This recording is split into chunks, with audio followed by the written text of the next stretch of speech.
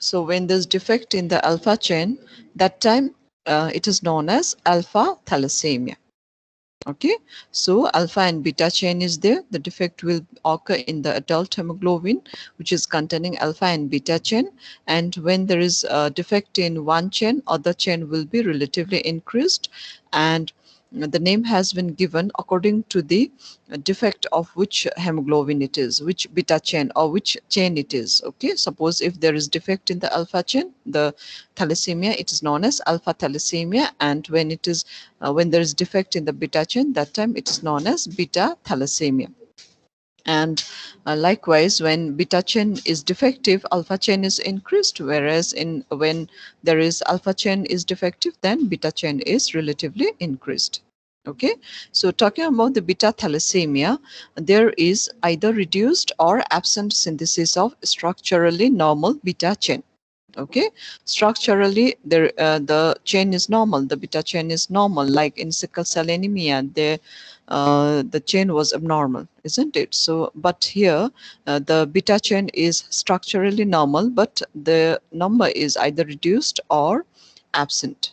So in this case alpha chain is relatively increased. Since there is reduced or absent synthesis of the structurally normal beta chain, the alpha chain is relatively increased.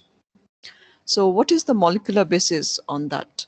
So normally the globin chain, that is the alpha and beta, they are located in different chromosomes. So beta chain, they are located in the 11 chromosome. Okay, and the thalassemia occurs due to the mutation. So there can be various mutations, even more than 100 mutations may affect this gene which is coding the globin chain, especially which is coding the beta globin chain. Okay, sorry. So many mutations are going on which may lead to the either decrease in the synthesis or the defective beta chain. So the mutations can be either in the promoter region mutation, or maybe in the form of chain terminator mutation, or maybe splicing mutation. And among these, the splicing mutation is more common. Okay.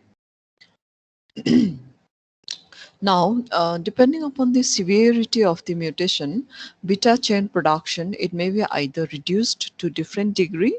Okay, so that time beta chain is there, but it is in reduced form. Okay, the number is reduced. So that time it is known as beta plus mutation, or it is denoted as beta plus thalassemia. Or the beta chain production may be absent, totally absent, okay, because of the mutation. So that time it is known as beta naught mutation or beta naught thalassemia. Okay, it is denoted as beta naught thalassemia or beta plus thalassemia. Try to understand. Beta plus thalassemia means the beta chain production is reduced to different stages.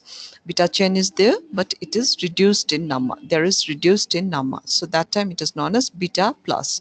But if it is totally absent, if those beta chain are totally absent, so that time it is known as beta naught thalassemia. So that beta gene after mutation, it may be either normal or they may be beta plus, which meaning there's reduced beta chain, or it can be beta naught, which is leading to absent beta. And a patient can have it can be either, they can be either homozygous or heterozygous. Homozygous means both the beta chain may be either both are defective. Okay, beta plus and beta plus both are defective gene, whereas or it can be both absent. Okay, beta naught and beta naught, whereas heterozygous means beta plus and beta naught and beta, meaning into this then gene, the one gene will be normal. Okay, so heterozygous state, one gene is normal whereas another gene is abnormal. Either it is totally absent or it is reduced in number. In homozygous state, either it is totally absent, both the gene, or both the gene are reduced in number. So what is the pathophysiology? So beta synthesis here is reduced. Okay. So what will happen when beta synthesis is reduced or beta chain is reduced? Okay. What are the consequences that we'll be talking about? Okay.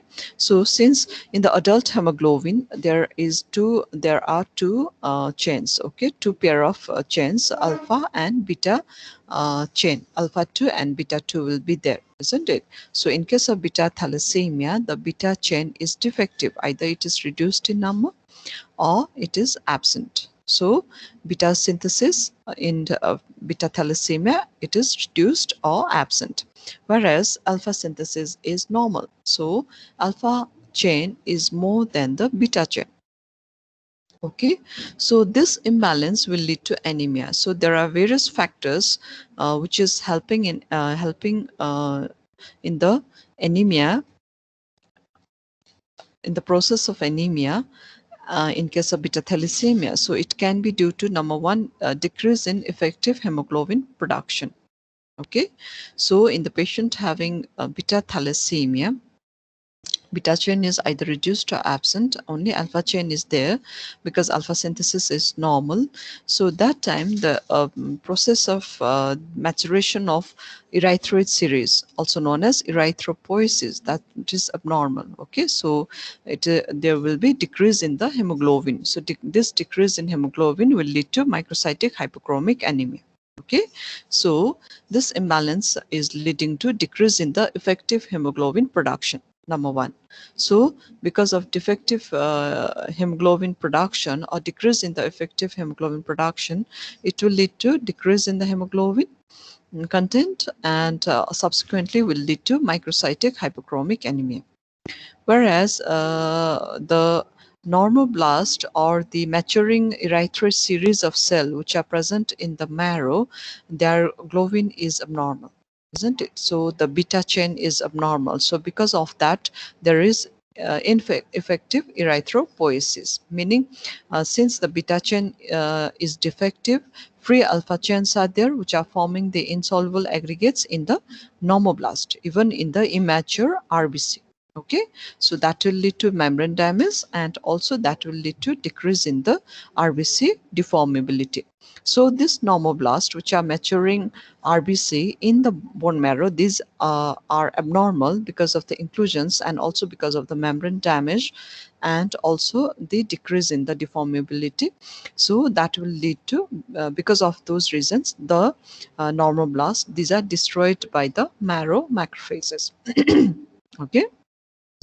So these normoblasts are destroyed by marrow macrophages. So as a result, so this is known as ineffective erythropoiesis. So the RBC maturation is not effective. Okay, it cannot reach up to the mature RBC state. Okay.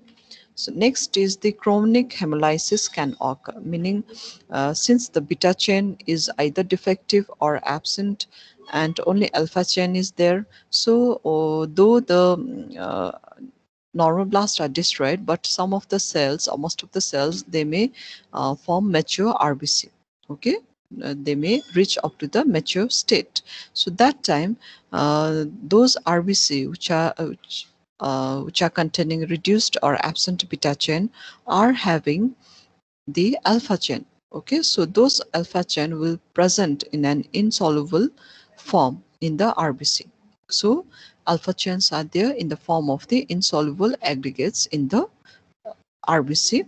So those RBCs are now, once they are present in the circulation, will be destroyed in the spleen. So extravascular hemolysis will occur. Okay, so alpha will be form an insoluble aggregates in the RBC. So those abnormal RBCs in the circulation are destroyed in the spleen. So all these factors will lead to anemia. So anemia will lead to tissue annexia. As a result, there is increase in the erythropoietin. So when there is tissue annexia, now body will try to respond to that anoxia by producing more erythropoietin. Okay, so more erythropoietin is released by the body so as to compensate the reduction in the hemoglobin or in compensation to the anemia.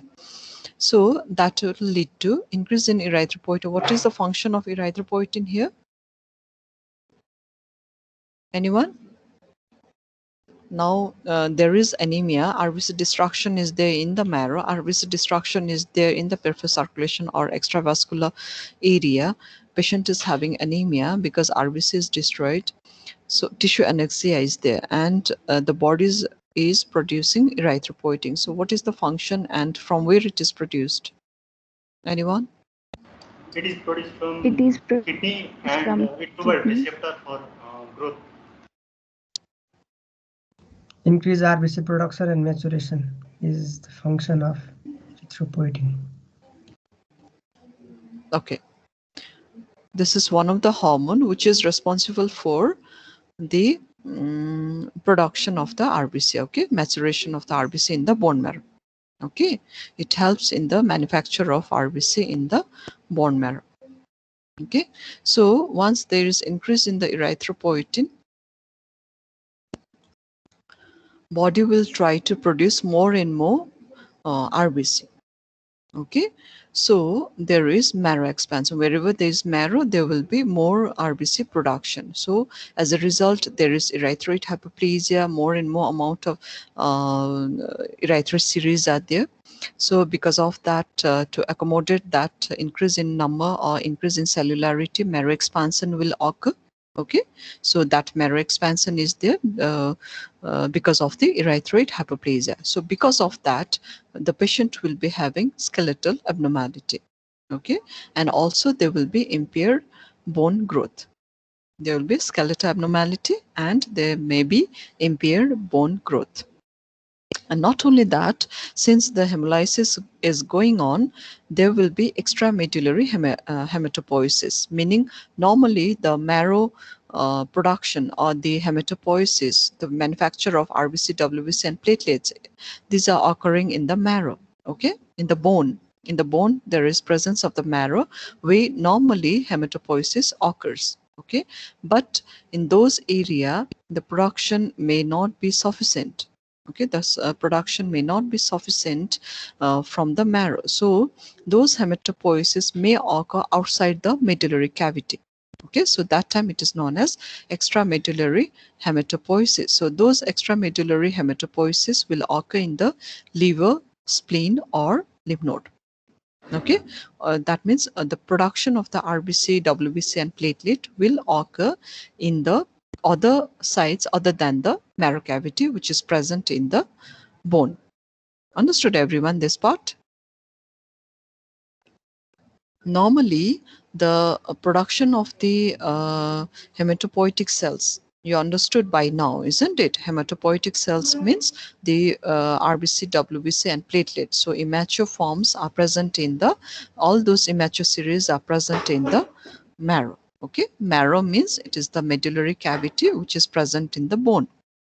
Okay, so when you so in thalassemia, there's increase in the destruction of the RBC, whether in the, either it is there, the destruction is there in the marrow cavity, normoblasts are destroyed, or after maturation also the mature RBCs are destroyed in the spleen. So as a result, patient is having anemia. Okay, and in response to the erythropoietin, which is the hormone produced by the body in compensation to the reduction in the hemoglobin or reduction in the RBC, so body will try to produce more and more RBCs. Okay, so that will lead to erythroid hyperplasia and increase in cellularity. So to accommodate that, the marrow expansion is there. Okay, and because of that, there is skeletal abnormality and also impaired bone growth if it is children. Okay, because in the children there is a growing bone. And not only that, this erythropoiesis or erythroid hyperplasia is not enough to meet the deficits. Okay, to meet the deficit which is there due to the destruction of the RBC. So body will try to produce the hematopoietic cells outside the medullary cavity.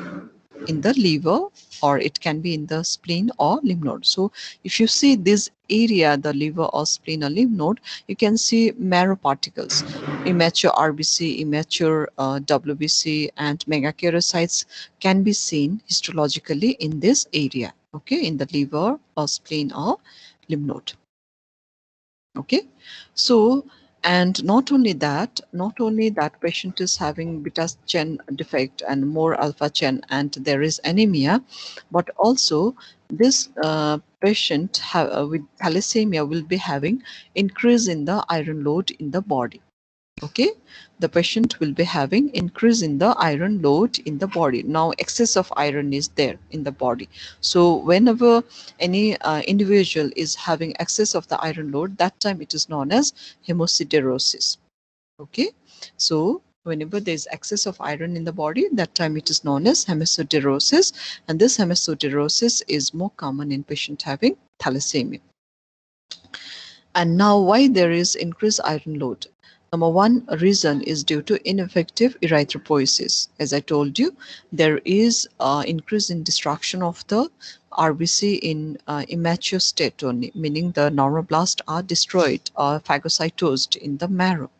Okay, and so these are after phagocytosis, these are deposited, the iron which is there in the nucleate in the immature RBC, these are deposited or these are left out in the marrow.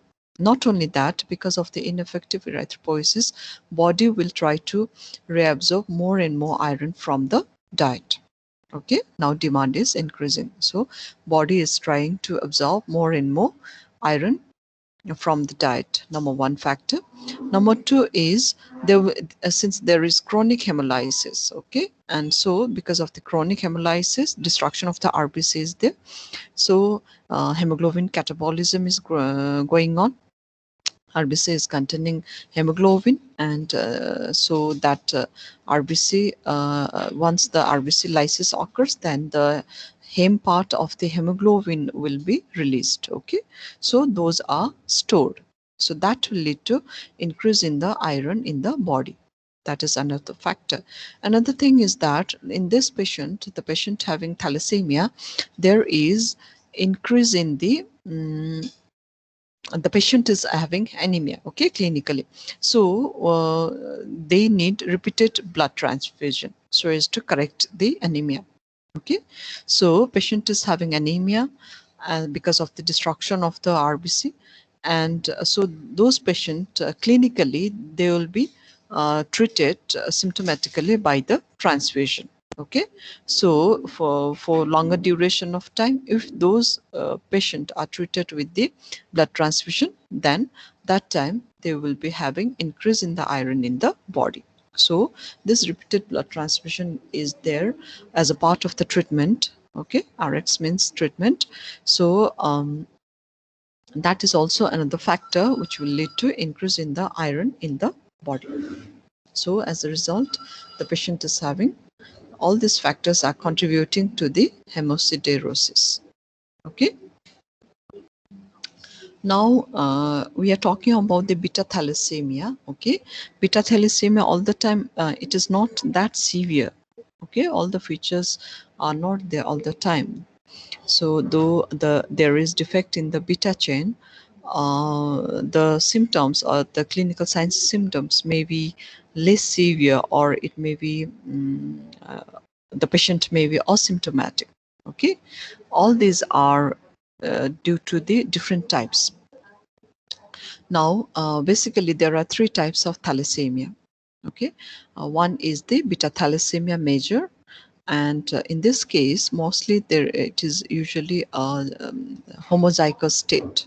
Okay, individuals are having homozygous are in a homozygous state, meaning either they are having both the gene defective or both the beta chain are absent. Okay, either they are having beta naught or beta plus, so they are in a homozygous state. Or another type is the beta thalassemia minor, which is in a heterozygous state. Here they are having one of the chain, normal chain. Okay, they are having one of the normal chain, one of the beta chain is normal. So another chain is either they are absent or they are reduced in number. Okay, beta plus and beta, or it is beta naught and beta. And in between these two are the beta thalassemia intermediate. Okay, among these three, thalassemia, beta thalassemia major is the most severe form. Okay, whereas beta thalassemia minor is the less severe, and they may not be detected until adulthood. Okay, or those patients which are or who are having the beta thalassemia minor, the signs and symptoms may not be present till the patient affected patient reach adulthood. Now, talking about the beta thalassemia major, which is in a homozygous state, it is the most severe form among these three types. Okay, and in this case, the patient is transfusion dependent. The patient is having anemia and are transfusion dependent, meaning symptomatically to treat this patient, repeated transfusion is required. And this kind of patient are most common in Mediterranean countries. In this patient, usually the hemoglobin is reduced, usually less than 6 gram per deciliter, and red cell indices, all the red cell indices are reduced, meaning MCV, MCH, and MCHC all are reduced. And in this patient, since it is severe, peripheral smear findings may be there. In the peripheral smear, there will be changes in the RBC. Okay, so the patient will be having microcytic hypochromic anemia. Okay, now one of you tell me why there is microcytic hypochromic anemia. We are talking about thalassemia, okay, and in the peripheral smear, RBC changes will be there, and they will present with microcytic hypochromic anemia. Why it is like that? One of you tell me. Decreased hemoglobin. Yeah, as we discussed here, okay, there is in decrease in effective hemoglobin production. Okay, since there is reduced or absent beta synthesis, only alpha synthesis is there, so the effective hemoglobin production is not there. Okay, meaning there's reduction in the effective hemoglobin production. So because of that, there will be microcytic hypochromic anemia.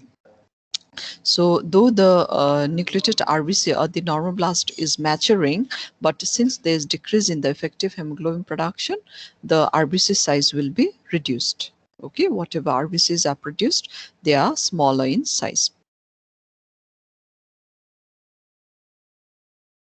Okay, so there will be microcytic hypochromic anemia, and also there will be marked anisopoikilocytosis, meaning there will be variation in the size and variation in the shape of the RBC. And in that case, in the peripheral smear, there will be more target cells. Okay, not only the microcytes are there, there will be presence of excess of target cells. Along with that, there will be presence of the ovulocytes and cystocytes. Cystocytes are the fragmented RBC. Okay, those are the fragmented RBC. Since the hemolysis is going on and the RBCs are abnormal, there will be poikilocytosis, meaning change in the shape. And also there will be anisocytosis. So poikilocytosis are there because of the presence of the target cells, because of the presence of the ovulocytes, and also because of the presence of the cystocytes.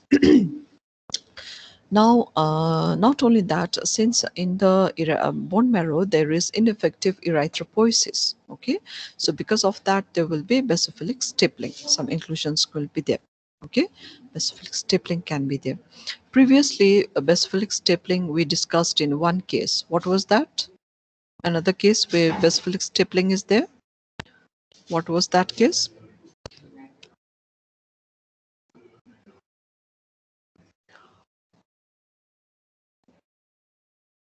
Anyone?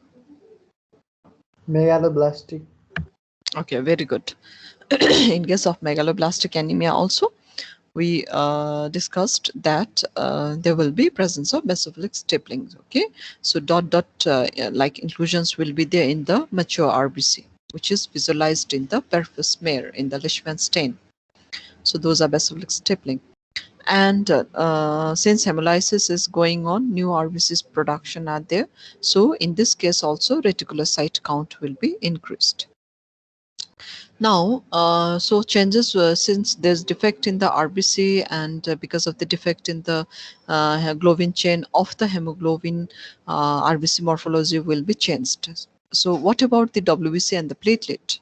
Okay, so in case of thalassemia, the WBC and platelet count also may be reduced if there is splenic pooling. Okay, splenic pooling means during the process of phagocytosis of the RBC, they also destroy the RBC, WBC and the platelet also. Okay, the spleen, especially the spleen, there is non-deformable RBC, isn't it? And plus abnormal RBCs are there, which are containing the alpha inclusions. So we are talking about the thalassemia. So during the process of destruction of those abnormal RBC, now that spleen also phagocytose the other cells other than the RBC, the WBC and platelet. Okay, so it occurs because of the splenic pooling or sequestration. Okay, so because of that destruction of the RBC, sorry, this WBC and the platelet, the number of the WBC and platelet also will be reduced. Okay, the total count of the WBC and also the count of the platelet also may be reduced. So it occurs due to the splenic pooling or sequestration. So you can see here, this is the perfus smear of the patient having thalassemia. The patient, the RBCs show a variation in the size and shape. Okay, anisocytosis is there and poikilocytosis is there. In this picture, you can see there's a variation in the size of the cell. Like here, normal sites are present. This one, these are microcytes are present. Okay. There's another microcyte. So usually microcytes will be having increase in pallor like this. Okay, microcytic and hypochromic, meaning that 1/3 pallor is increased than the normal. Okay, so it is the diameter of this pallor is increased. So there is hypochromia. One thing. Another thing is that there will be poikilocytosis, meaning this change in the shape of the RBC. So you can see there is one target cell, there is another target cell, there are elongated cell also, ovulocytes. In this picture, we are not seeing any cystocytes, but it can be present. Okay, cystocytes means the fragmented RBC will be there. So it can be in any shape. It can be in a triangular shape, or it can be in a pencil shape, or it can be in a crescent shape. So whatever, any shape it can take. Understood? And these are the platelets here. In this picture, the platelet number is seems normal, adequate. This is the WBC. Okay, these RBCs are little elongated, and these are smaller in size. These are microcytes. So microcytic hypochromic picture will be there. There will be anisopoikilocytosis, and most importantly in thalassemia there will be presence of target cell, ovulocytes, cystocytes will be there, and the WBC and platelets count will be reduced. Now we are dealing with the thalassemia. If you do bone marrow, it may not be helpful. Okay, though it may demonstrate the increase in amount of the iron store may be increased, which can be demonstrable in the bone marrow, but it is not helpful for the diagnosis. Okay, so like any other anemia where there is RBC destruction or ineffective hematopoiesis, so in this thalassemia also similar picture will be there. Okay, so hypercellular marrow will be there, erythroid hyperplasia will be there, MB ratio will be reduced. And meaning more erythroid series will be there than myeloid series. MB ratio reduction means more erythroid, so it can be approximately 1:10. But for diagnosis, we need HB electrophoresis. It is a kind of test which will detect different types of hemoglobin. Okay, so in case of the thalassemia, there will be in absent adult hemoglobin. This fetal hemoglobin will be increased, and this A2 hemoglobin may be slightly increased. Other tests are there which may be helpful to diagnose or to diagnose the hemolytic anemia, or to see whether the patient is having hemolysis or not. So we can do the bilirubin test. So in this case, there will be increase in the unconjugated bilirubin. Osmotic fragility also can be done, which is reduced because of the target cell. And another important thing is that since the patient is having microcytic hypochromic anemia, in the peripheral smear you can see microcytic hypochromic cells. One has to differentiate it from the iron deficiency anemia. Okay, so iron studies are very important in case of the thalassemia, because in iron deficiency anemia also patient will be having the microcytic hypochromic anemia. Yes or no? Do you remember, all of you? Yes, ma'am. Okay. Yes, ma'am. So it is always important to differentiate thalassemia from iron deficiency anemia. Now you can do the iron profile test. Okay. So those peripheral smear and bone marrow are not helpful to differentiate thalassemia from iron deficiency anemia. So if you see the serum iron, it is reduced in case of the iron deficiency anemia, but in case of the thalassemia, the serum iron is increased. And if you do the serum ferritin test, it is reduced in case of iron deficiency anemia, whereas the serum ferritin is increased in thalassemia. Total iron binding capacity is increased in iron deficiency anemia, but it is reduced. Okay, TIBC means total iron binding capacity. Now these are reduced in thalassemia. Percentage saturation is reduced in iron deficiency, whereas it is increased in thalassemia. Now storage iron, if you see in the marrow specifically, it is reduced in iron deficiency anemia, meaning the iron store is reduced, okay, in iron deficiency anemia. But those iron stores are increased in case of the thalassemia. So main treatment is the regular blood transfusion, and also you can give iron chelators for iron overload. Okay, so these are the drugs which will remove the excess iron from the body. Okay, so iron chelators may be required in the patient having thalassemia because they are dependent on the iron, this blood transfusion. And so because of the repeated blood transfusion, patient may be having iron overload. Okay, not only blood transfusion but also because of the continuous destruction of the mature and immature RBC, nucleated RBC in the bone marrow and also mature RBC in the spleen. Now clinical and the morphological features. The anemia, a related feature will be there, just like the other kind of anemia. In thalassemia also, it is a kind of hemolytic anemia, genetically inherited, and the patient will be having hemolytic anemia. And clinically, patient will be having all the signs and symptoms which are related to anemia. Okay.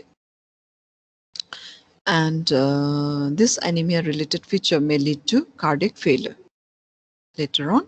Because of the anemia related feature, the patient may have cardiac failure. There may be growth retardation because skeletal system are affected, and skeletal abnormality can be there. In the patient with thalassemia, there may be skeletal abnormality, and all these are occurring due to the marrow expansion, which is due to the erythroid hyperplasia. Okay, so those erythroid hyperplasia is for the correction of the anemia. Next thing is that patient also having decrease in the total number of the WBC, and so patient are more prone to infection. Okay, in this patient they may be more prone to infection, and since hemolysis is going on, the patient may develop gallstones, they will present with the features of jaundice because of the increase in the bilirubin. And if you see the organs like the spleen and liver, those are increased. Okay, splenomegaly is very much there.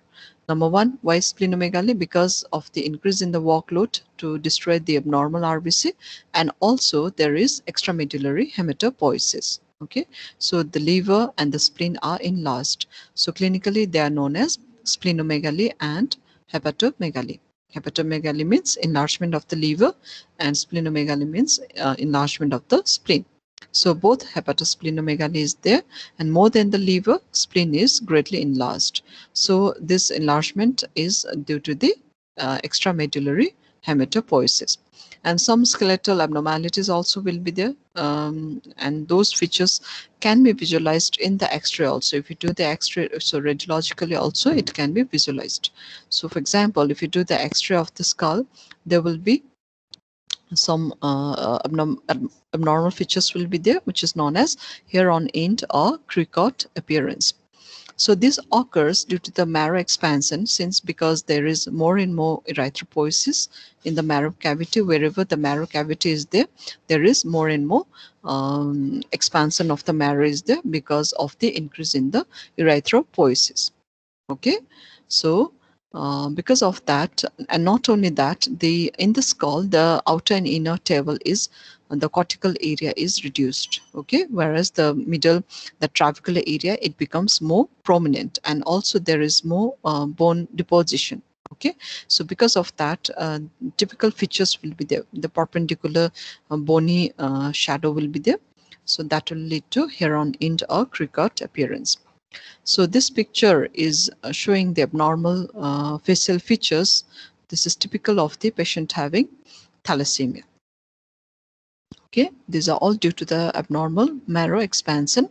So that will lead to abnormal skeletal features. So skeletal abnormality will be there. There's malformation in the teeth also because of the abnormal this malar jaw. This malalignment of the teeth also will be there. There's a side view. Okay,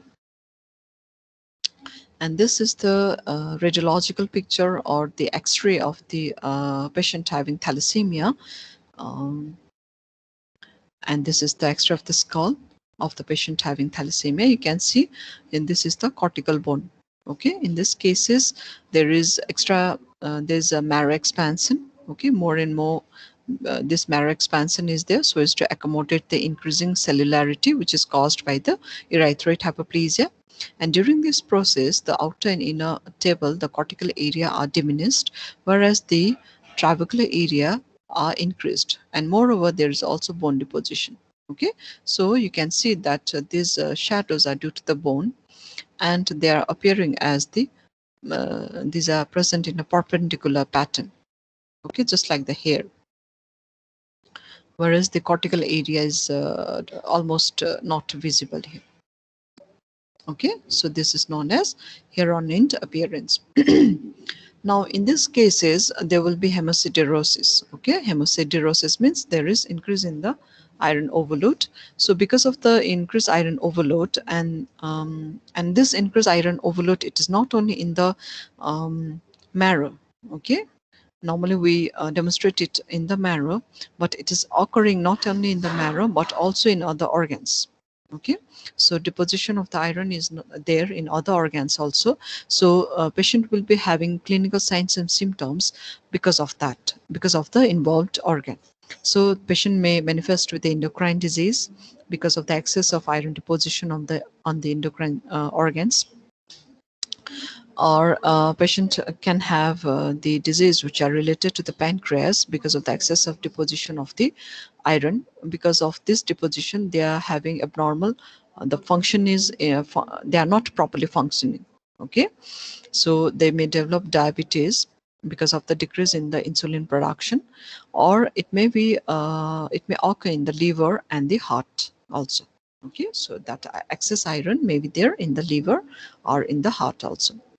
And generally, the patient having thalassemia, they are usually asymptomatic immediately after the birth. but their symptoms starts appearing after 6 months. Why is it so? Because till 6 months the patient is having fetal hemoglobin. Okay, so the patient is having fetal hemoglobin where the beta chain is not there. So because of that, the clinical signs and symptoms are not present. Okay, and later on, after the after the adult hemoglobin globin starts replacing the fetal hemoglobin as the child grows, so that time the beta chain is since it is genetically inherited, so the chain will be either reduced in number or reduced in the or totally absent. Okay, so that's why the signs and symptoms will start appearing after that. So the patient having thalassemia may live up to 30 years if given repeated transfusion. Okay, so transfusion is given to correct the anemia. So with the correction of that anemia because of the repeated blood transfusion, the patient may live up to 30 years. But they may die because of the anemia if severe anemia can occur, or they may die due to the cardiac acidosis.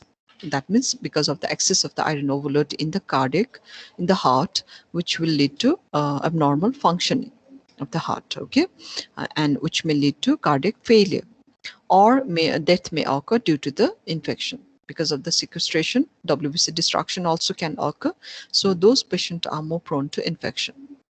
So that in thalassemia patient, that death may occur due to infection also. Now talking about the thalassemia minor, it is the least severe form of the thalassemia among the three, and here it develops because of the heterozygous state of the beta chain.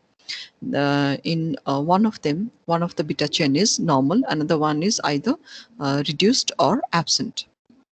It is much more common, and the patients are usually asymptomatic, and usually they are found incidentally. And it is very important to diagnose the case of thalassemia minor, because this may be present within the same ethnic groups. Okay, so they may be present within same ethnic groups, so marital counseling may be required. Okay, because if there is if the both the parents, both father and mother, are having thalassemia minor, later on the offspring may be having thalassemia major.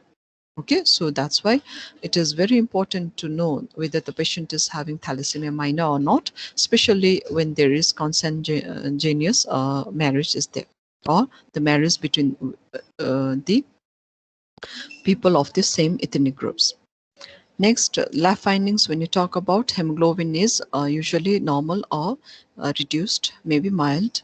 Okay, and the RBC count is total count may be mildly increased. MCH, MCV, red cell indices, okay, MCV, MCH, and MCHC may be reduced, but may be mild. Okay, all the features, lab findings are mild in number, so that's why it is not detected, or it may be found incidentally. Next, in the peripheral smear, there are only few changes. Okay, mild changes will be there. Only mild microcytic hypochromic anemia will be there, and there may be presence of anisopoikilocytosis. Target cells can be there, and basophilic stapling can be there. And later on, if you do the bone marrow, mild erythroid hyperplasia can be demonstrated. But for the diagnosis, all these features are non-specific. Okay, why? Because all these features can be seen in the iron deficiency anemia. If the patient is having iron deficiency anemia, these features can be there. So it is very important to differentiate it from the iron deficiency anemia. Okay, thalassemia minor, thalassemia, okay, or thalassemia minor and iron deficiency anemia. So if you do the HP electrophoresis, the adult hemoglobin is reduced, fetal hemoglobin is increased, and A2 hemoglobin is particularly increased. Okay, so A2 hemoglobin will be increased. So all these features, considering all these features, you can tell that patient is having thalassemia or minor thalassemia. Clear, all of you? Understood? Yes, ma'am. Yes, ma'am. So any questions here? Did you understand this pathophysiology part? This is very, very important, okay? Thalassemia is very important. It can be asked in theory also, practical also.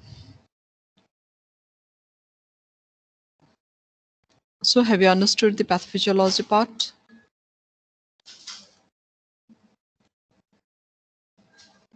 Yes, ma'am.